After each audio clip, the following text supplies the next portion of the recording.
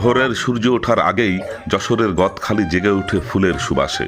এখানকার শত শত পরিশ্রমী ফুল চাষি নিজের হাতে লালন করা হাজার হাজার লাল গোলাপ নিয়ে ছুটে আসেন গদখালির বাজারে। রাতের শীতলতা আর ভোরের শিশির ভিজে থাকে প্রতিটি ফুলের পাপড়িতে, তবুও তাদের মুখে ক্লান্তি নেই, আছে শুধু আনন্দ আর পরিশ্রমের গর্ব। এখানে প্রতিটি শিকড়, প্রতিটি ডাল, প্রতিটি গোলাপ এক একটি গল্প বহন করে। কারো সংসারের হাসি, কারো স্বপ্ন, কারো সন্তানের ভবিষ্যৎ, সবই লুকিয়ে থাকে এই গোলাপের রঙে। ভোর হতে না হতেই শুরু হয় বেচাকেনার ব্যস্ততা। দেশের বিভিন্ন প্রান্ত থেকে ফুল চাষি, পাইকারি, ব্যবসায়ীরা ছুটে আসেন এই ফুলের রাজধানীতে।